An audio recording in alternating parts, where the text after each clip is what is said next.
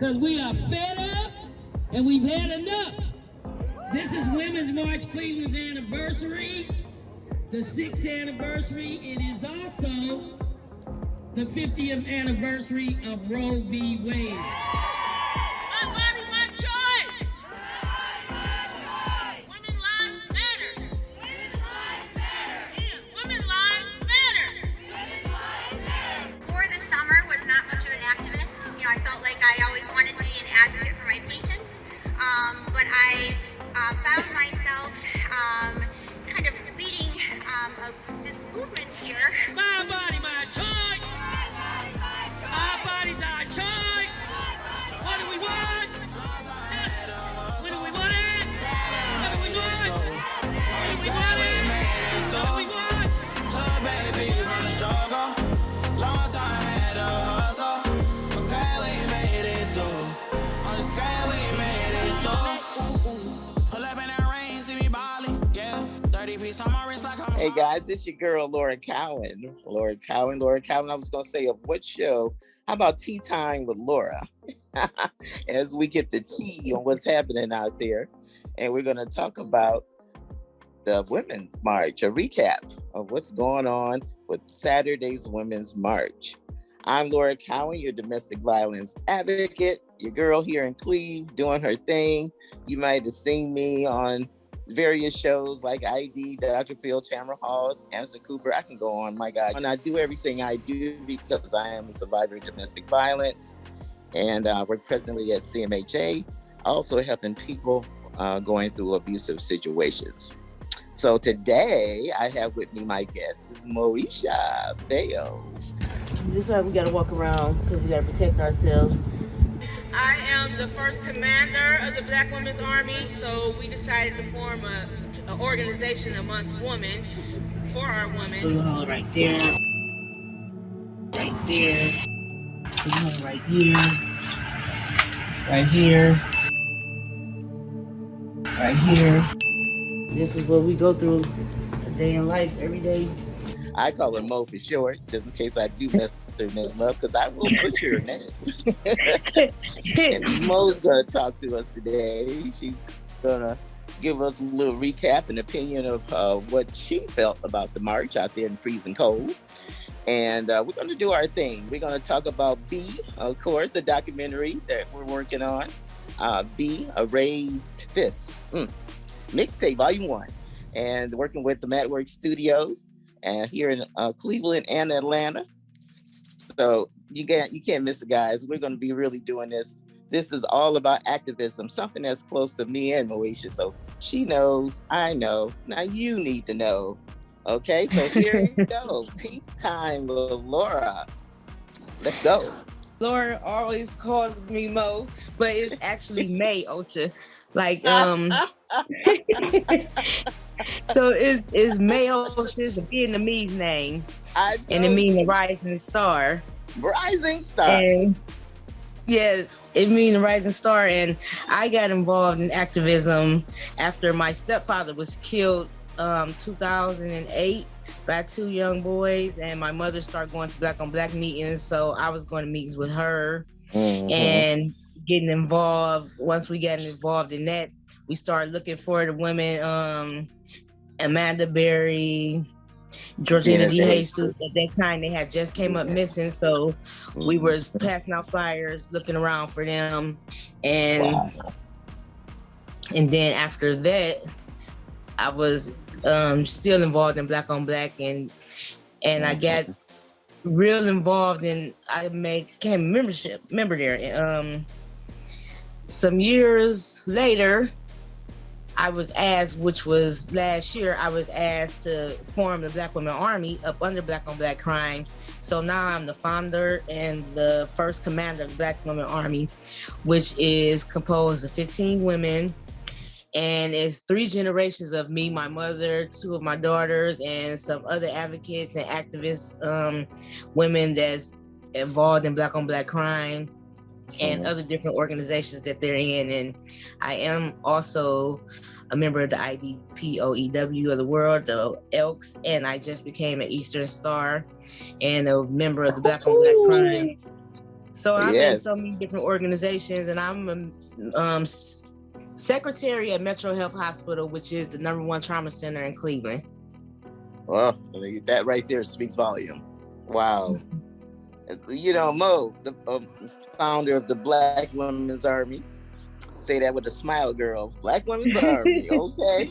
My God, is that any affiliation with the Black Man's Army? Yes, it's right. We work side by side with the Black Man Army, so we felt like we needed to do the Black Women Army because women are more Right. open to speaking to women about women issues with another woman instead of just speaking to the man about it. So we be right there with them when they do visuals. And I do my own searches sometimes, and I ask for a couple of men to come if they available. If not, it's me, my daughters. We both licensed to carry, so we really don't need a man. But it'd be better if they see a man. But we still ready. So that is fantastic and good to know. I had to tell you a little secret about the Black Man's Army thing.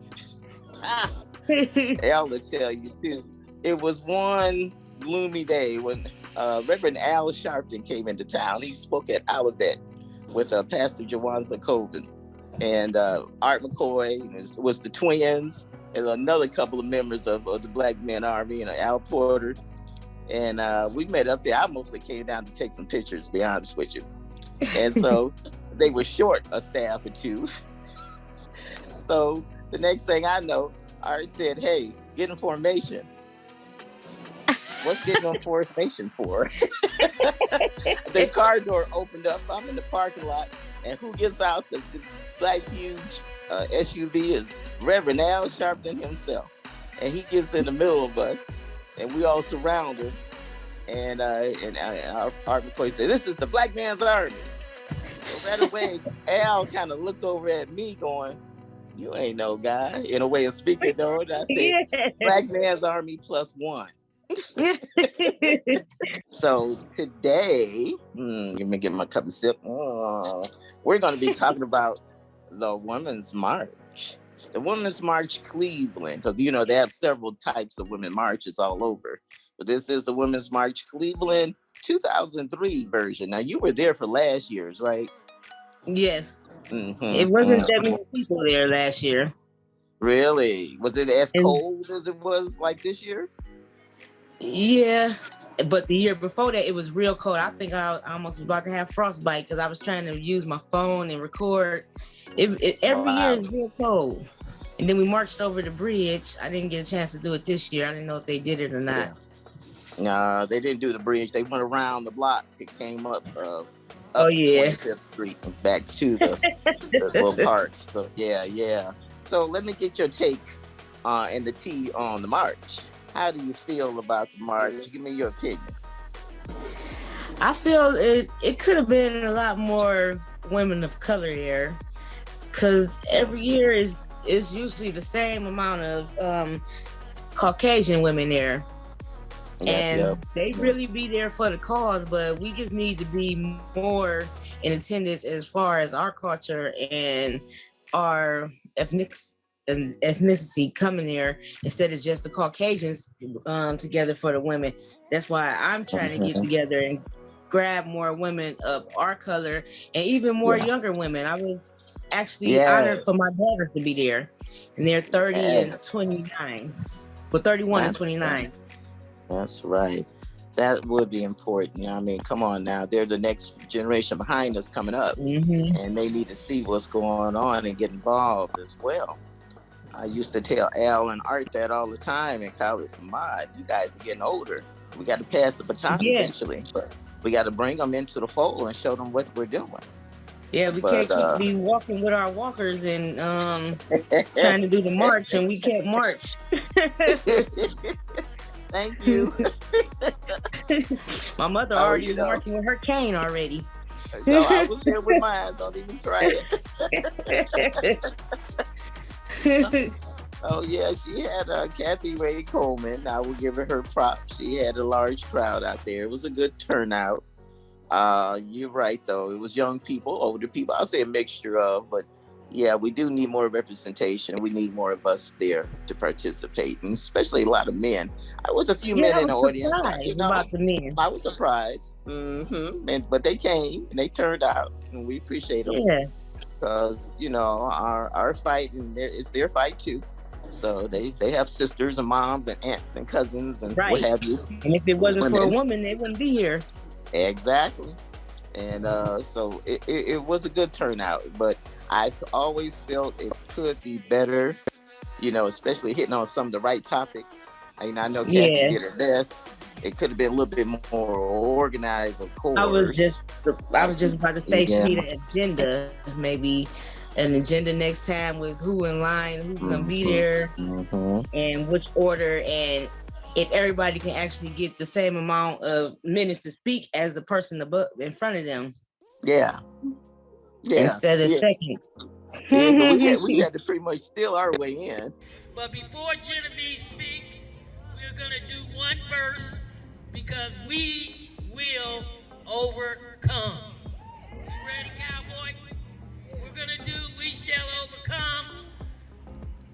And then Genevieve will come up and do a salute to Martin Luther King and women, and then Cheryl, the best for last. We were able to catch that moment because she kept calling everybody up but us, and we were able to catch her at that moment. I guess when Cowboy's song couldn't play and he was working on it, I told Al, "This is it." He said, "Let's roll. It's the moment." And we run out up there, and I grabbed you and I said, "Let's do this," and talk about the documentary and everything that was going on. So thank you for being there with me. I do appreciate that. You're welcome. You did pretty good, even though she kept trying to stop you, but you kept trying to get it in there. I had to, huh? But you kept walking behind us and wrap it up. It wasn't even 23 seconds. I know 23 more seconds wouldn't have killed nobody. Right, but, we could have got at least 2 minutes. Boy, it was hard, but I do appreciate it. And it's trying to talk about the documentary and let everybody know what we were doing. But one day we'll still have our own moment. We'll be able to do that. But yeah, as far as the march, she had a great opportunity at the time to really discuss the issues of ethnicity and gender, religion, immigration, things like that. Voting rights. I mean, she did have Dr. Bean there, which was good, and to talk about our body, our choice. But I just feel like she could have really did a little better job, maybe going out in the audience, getting personal views on people, because the audience too probably has something to say. Or ask some of the audience, did they want to speak or did they want to comment or anything? Like once everybody spoke, they could ask them, did they have any questions about what they just spoke about or anything like that? Right. Their feedback, basically, get their feedback. Nice.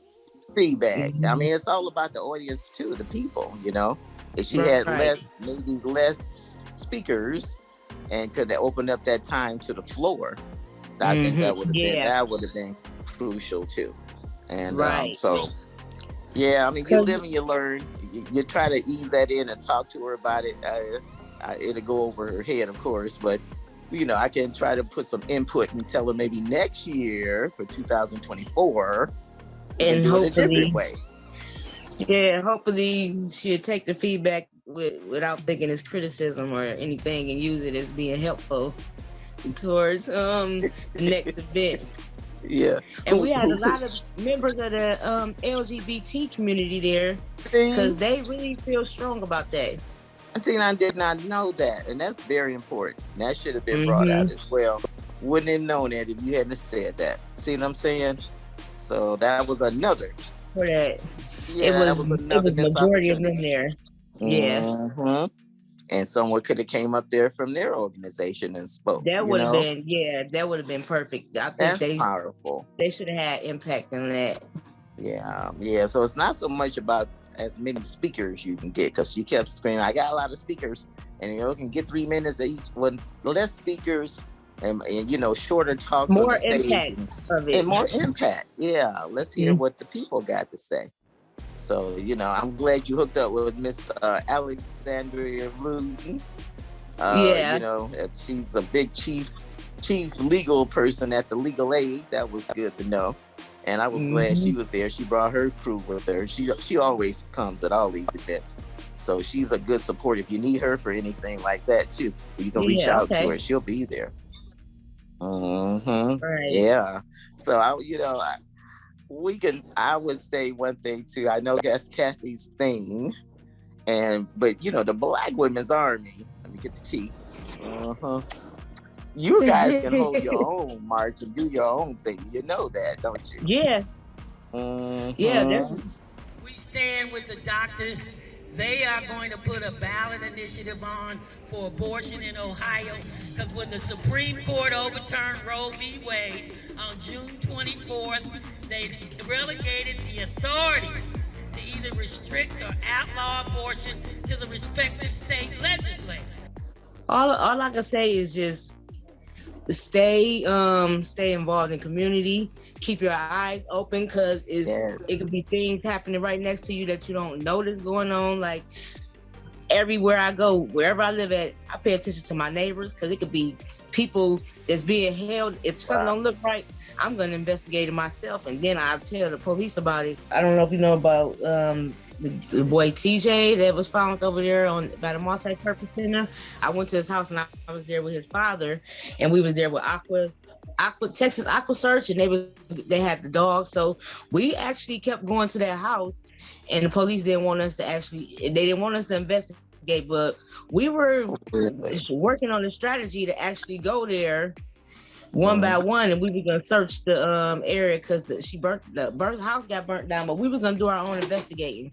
That's And right. couldn't find out they knew he was dead because it was stories in the streets that he was killed and buried, but we just didn't know where. And I was thinking wherever the ex-boyfriend at, check that neighborhood out, and sure enough, that's where he was That's at in weird. his neighborhood. Incredible. They're gonna feel comfortable like burying somebody in an area that they comfortable around being around. So they're not gonna, if he killed them, he's gonna bury him where he know people that and he know he's comfortable. Absolutely. Absolutely. And that's the tragedy. I don't know what's going on with our police department, the detectives. They claim they don't have enough manpower. That's always the excuse why they're not calling victims back, their families back rather, or just following up. Sometimes the families, like the Lecheskis, when they lost their daughter Ashley on 93rd Street, she said it took weeks to a month before she even heard from a detective. That's ridiculous. Right. What is that? So we need to really, what we need to do is have a big meeting, all the activists with the mayor. So let's work on that next for sure. Okay. For sure. Okay, sister. I'm so It's proud of been you. I'm so proud of wonderful. you. May Thank instead you. of Mo. Yeah. Yeah. We're gonna keep it going, girl. We gotta fight the power. Fight the power. Fight the power that be. Oh, okay. Y'all heard it right here, girls and boys. This is Laura Tea Time, getting the tea. And I'm glad you was with me tonight. We got to get some of the rest of the Black Women's Army on board and get them on the show and just talk and let them vent, circulate, discuss whatever they want to do. It's an open forum, and I would definitely love to have them on. Okay. Just give me the date, and I'm pretty sure it's gonna be like at least 5 or 6 of them ready. I'll have my people contact your people. We're gonna make this happen. Okay. Okay, guys, that's Time with Laura and Tea Time with Laura. And glad you came on. We will do this again soon. Peace.